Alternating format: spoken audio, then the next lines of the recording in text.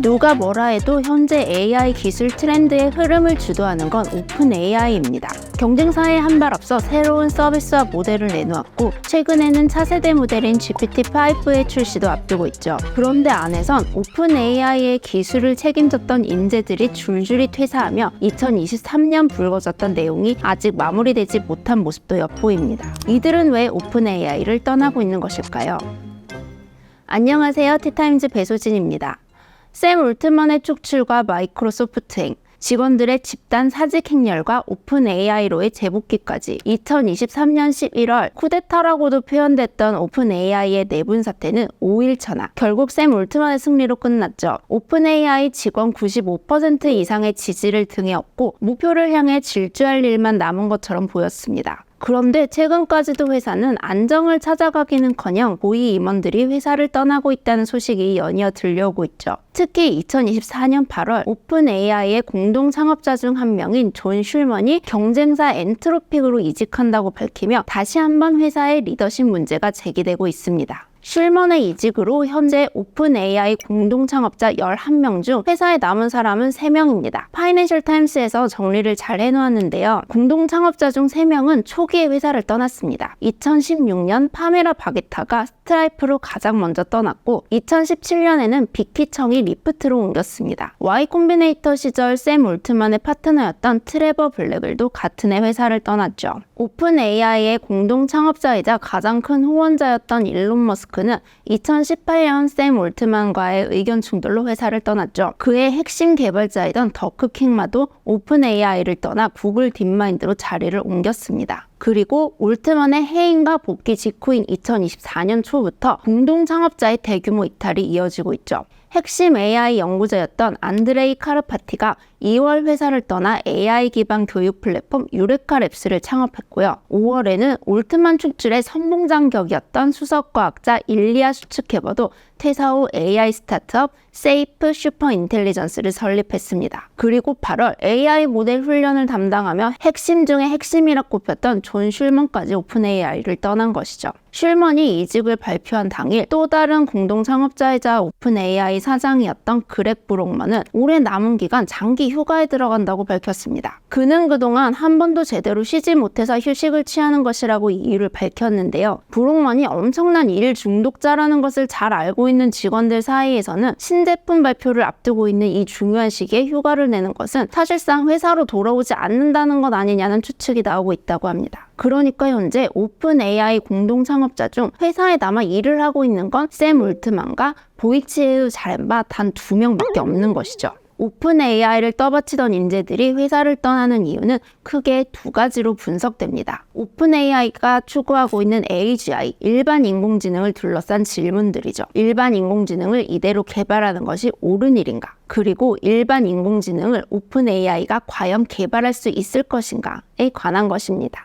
오픈 AI 이사회가 2023년 당시 샘 올트먼을 해임하려 했던 이유는 그가 AI의 위험성에 충분한 주의를 기울이지 않은 채 사업을 지나치게 빠른 속도로 진행시켰기 때문이라는 게 정설입니다. 2015년 오픈 AI 창업 당시의 목표는 AGI가 빅테크에 종속되지 않고 인류 보편적으로 사용되도록 하겠다는 것이었고, 그래서 비영리 단체로 출범을 했는데 샘 올트만의 행보가 이 사명과 어긋났다는 것이었죠.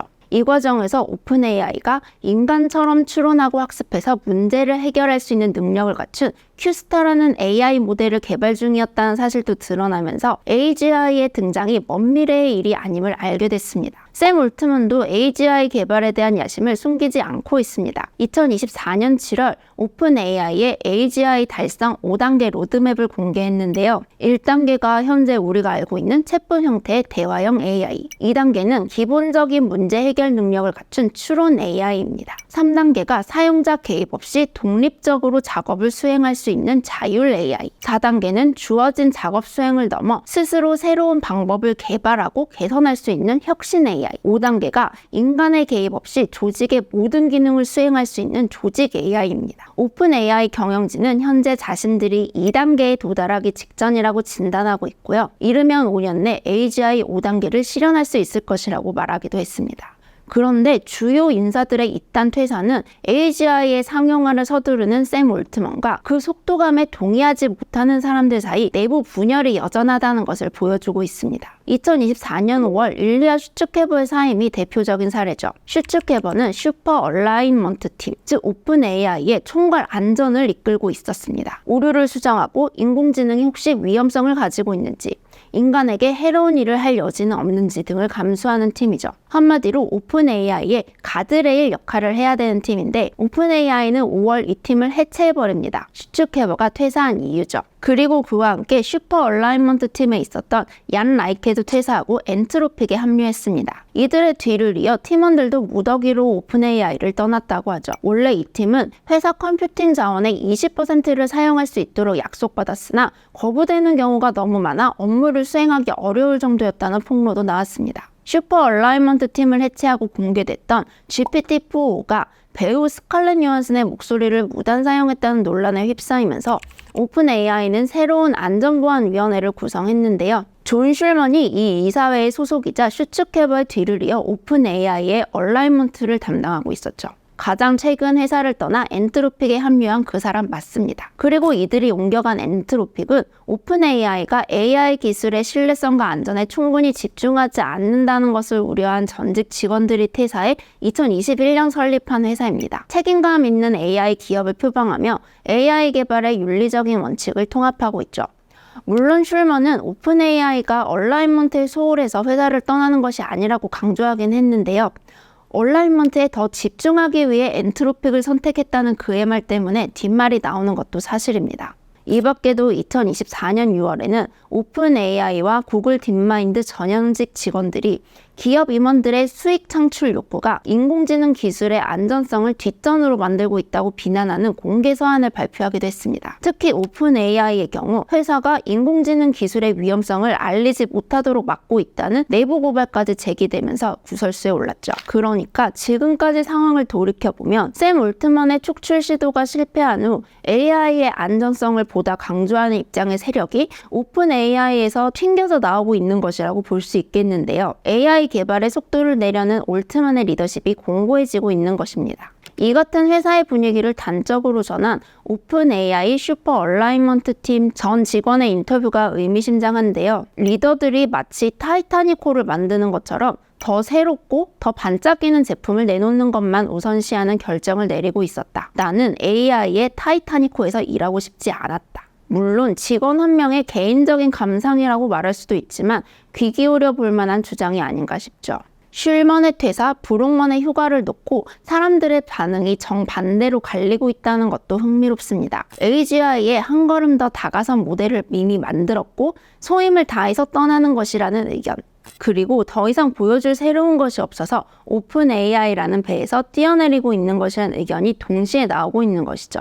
GPT-4o의 성능이 기대에 미치지 못하면서 구글의 제미나이 1.5%나 엔트로픽의 클로드가 일부 벤치마크에서 앞서는 결과를 내놓았던 탓도 있고요. 지난해와 달리 올해는 개발자 컨퍼런스에서 신제품을 발표할 계획이 없다고 했던 것도 GPT-5가 전작과 비교해 큰 진전이 없는 게 아니냐는 의견에 힘을 실어주고 있습니다. 이렇게 경쟁사들과의 우위가 크지 않은 상황이 되면서 오픈 AI의 자생력에 대한 이슈도 최근 자주 불거지고 있습니다. 오픈 AI가 목표로 하는 AGI 개발에 도달할 때까지 독자 생존할 수는 있는 것인가? 라는 겁니다. 2024년 7월 디인포메이션은 오픈 AI가 올해 최대 50억 달러, 약 6조 9,300억 원에 달하는 적자를 볼 수 있을 것이라는 분석을 내놓았습니다. 매출은 약 35억 달러에서 45억 달러로 지난해 매출 16억 달러보다 2배 넘게 늘었지만 이는 회사의 운영 비용을 충당하기도 벅찬 수준입니다. 챗GPT의 하루 운영 비용이 최대 70만 달러,